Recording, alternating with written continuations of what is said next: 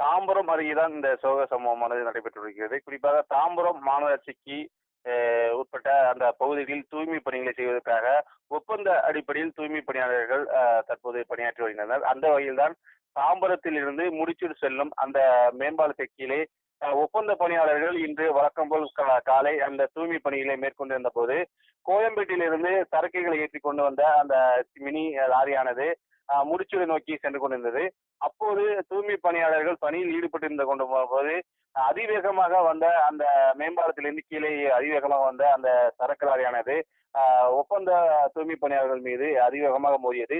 இதில் மேலும் மோதியதில் ஒருவர் சம்பவ இடத்திலே உயிரிழந்தார். மற்ற 20க்கு லேசான காயம் ஏற்பட்டுள்ளது. உயிரிழந்த நபர் 50 வயது சுமார். அவர் தர்மு என்ற பெயர் கொண்டவர்.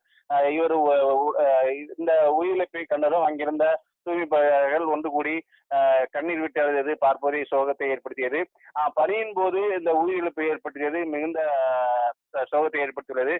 போதுமான பாதுகாப்புகள் இல்லாத நிலையில் அந்த தூய்மை பணிகளை மேற்கொண்ட போது இந்த விபத்து ஏற்பட்டதாகவும் கூறுகின்றனர்.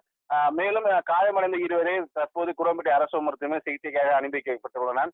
இந்த சம்பவம் தொடர்பாக மாநகராட்சி அதிகாரிகளும் நேரில் வந்து தற்போது விசாரணை மேற்கொண்டு வருகின்றனர். அதே போல அந்த விபத்து ஏற்படுத்திய வண்டியும் தற்போது அந்த விபத்து ஏற்படுத்திய ஓட்டுநரும் காவல்துறையினர் பிடித்து விசாரணை நடத்தி வருகின்றனர்.